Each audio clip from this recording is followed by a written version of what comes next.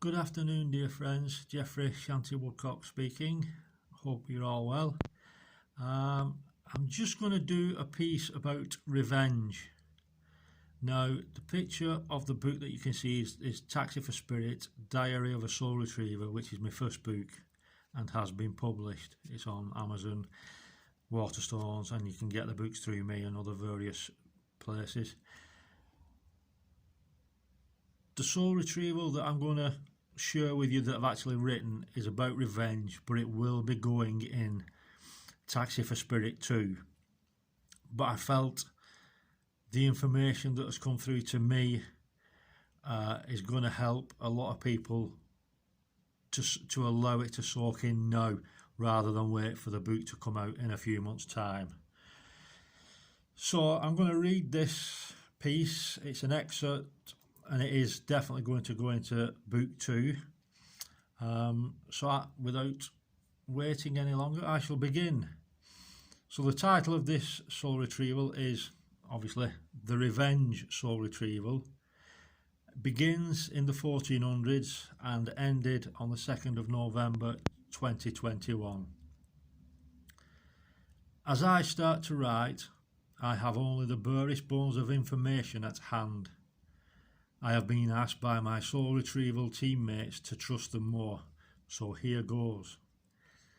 It revolves around the issue of revenge and how we have experienced this during our many different lifetimes here on earth, both my soul and perhaps yours as well. As I said, this issue began in the 1400s. The situation which evolved had my soul's physical body seeking revenge for things done to him, and that my soul's physical body waited patiently for many years to see his plans for revenge come to fruition. My soul in that lifetime was imprisoned unjustly, more because he knew things about his captor, which if they ever got out would harm the person markedly. He was also impeded with the addition of a face mask, which not only covered his face but an added implement on the mask entered his mouth, rendering my soul's physical body unable to speak for the duration of this internment. As the years passed, the vengefulness multiplied. The more it consumed him, the more he became paranoid, until one day it finally manifested into his reality, and for the person who had the restraint fitted, who I'm being shown at this time was a patron of the church. I haven't been shown what my soul's physical body did to the perpetrator, but I can hazard a guess it wasn't pleasant. So there's obviously no need for me to know, which is fine.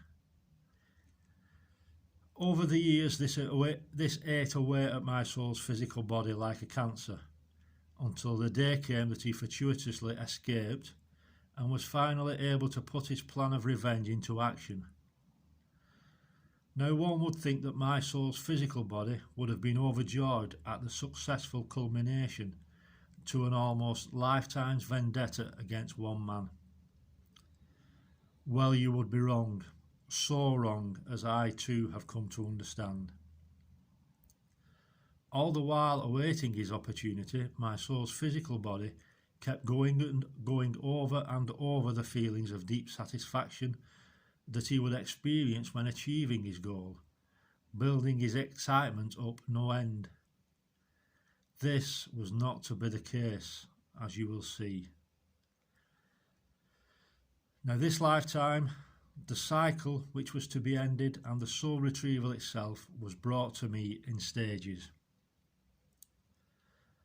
The first stage occurred in 1999 when I foolishly entered a dispute, shall I say, coming off worst and spending 2 weeks in hospital.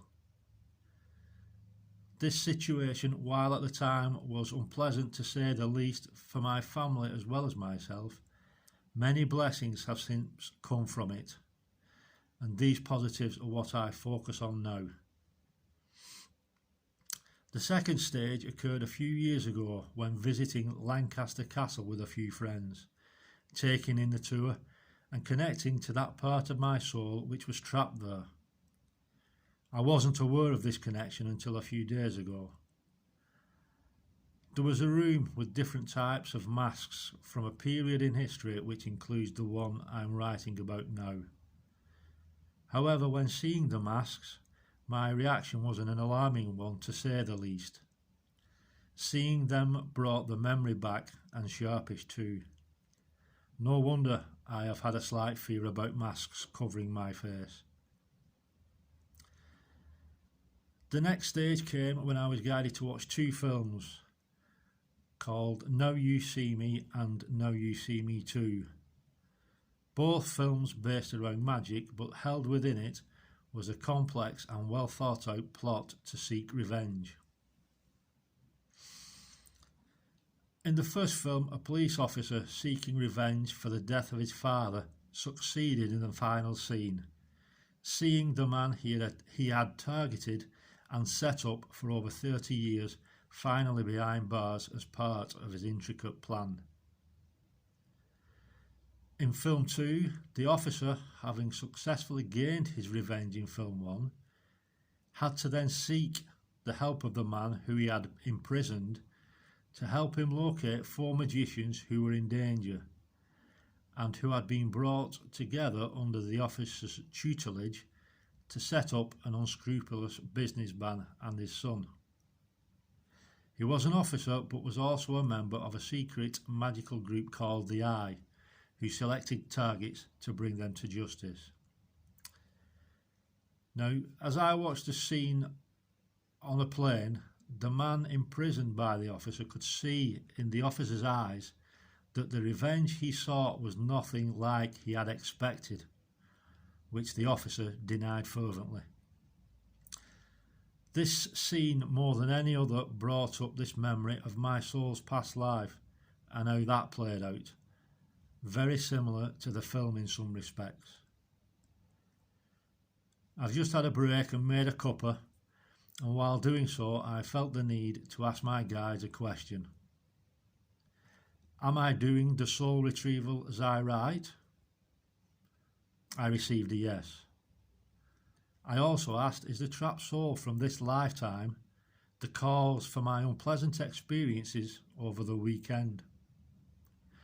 Again, I got a yes. So the trapped soul has only just made himself known to me over the weekend. Whoa, this makes so much sense to me now. I feel very relieved indeed. The emotions I have experienced over the weekend have been so destructive, in the sense that my soul's physical body had focused so much on seeking revenge in this lifetime that he had become paranoid with his single-mindedness. Excuse me. I felt the disappointment and emptiness of the failed outcome my soul's physical body had created through his numerous thoughts about how his revenge would play out, and the feelings of satisfaction he would bask in, and finally how he felt cheated out of his joyful celebrations. Expectation of any kind can lead to disappointment if the expectation doesn't come to fruition the way we want it to. No wonder I, Jeffrey, felt very strange indeed over the weekend. But this was showing me, Jeffrey, what I was being asked to release on behalf of my soul at this time. Now, having attained most of the jigsaw pieces regarding this lifetime, I can now begin to explain this situation to the trapped part of my soul from this lifetime. Why he felt the outcome would be the way that he had expected, but then found out the result was drastically different than he thought. Finally accepting my words as truth, he reluctantly let go and forgave the person's soul involved. By the time I finish this piece of writing, he will be long gone, off into the light which my soul retrieval teammates have lovingly created. It has been one massive weight lifted from my shoulders, I can tell you, so I can only assume that the weight of expectation, the disappointment and feeling cheated certainly weighed heavy upon my soul's physical body too. It must have been a massive letdown for my soul's physical body when realising the outcome, that it hadn't exceeded his expectations, and to make matters worse, accruing a great deal of karma through his thoughts, intentions and actions when the opportunity arose. I now feel this added to my emotional and mental discomfort during the weekend. It's making so much sense to me now. These are the emotions I have been blessed with to have felt them, so that I can fully let go of these emotions, which obviously surfaced for me, Jeffrey, to release before being called upon to do this soul retrieval. The bonus is that I have been blessed with further knowledge to call upon when I do other soul retrieval work involving the issue of revenge. Amazing. I can say without doubt, seeking revenge is something I will never do again, no matter what happens. Some say revenge is a dish. Some say revenge is a dish best served cold. I say revenge is a dish to be taken off the menu, period. The outcome was that my soul's physical body was caught for the actions taken against the man of cloth and sentenced to a term in Lancaster Castle, never to see the light of day. Hence my soul being trapped there. By not retaliating or seeking revenge after the incident in 1999, I have brought the cycle to an end without even knowing it until now. This has set both my soul and the person's soul who was involved in the incident in 1999 free. Our souls have finally got off the roundabout through my actions or the non-action which I subconsciously chose just after the incident happened.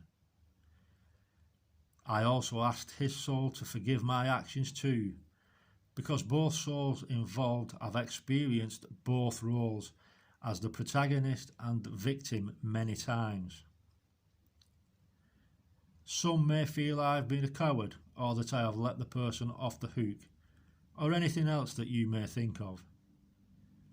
In the past, before understanding this spiritual path, I may have agreed with you, but now I know the damage retaliating or seeking revenge has done to my soul and the various physical bodies it has resided within throughout this cycle, and those close family and friends in those lifetimes too, and the same can be said of the other soul involved.